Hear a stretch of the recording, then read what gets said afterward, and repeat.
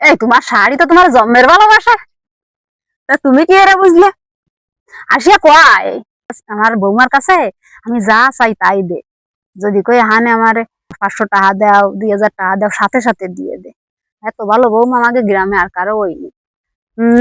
আমার শাহারি আমারে ভালোবাসে না, জানো, আমার টাহারে ভালোবাসে।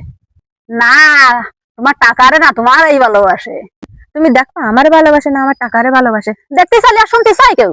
ঠিক আছে, তাহলে আমি কালকে আমার কাছে টাকা চাইলে আমি দেবো না।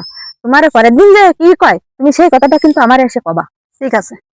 হায় রে আমার কপাল, 20 টাকা চাইছি, এটা মেরিল কিনার দায় আমার বৌমা তাও দিনি, ঠিক মতো ফ্যাট বেড়ে দুটো খাতিও দে না।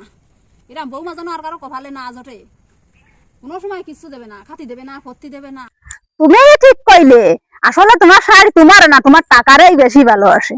সত্যি কথা কি জানো, শাশুড়িরা মায়ের মতো হয় কিন্তু মা হয় না।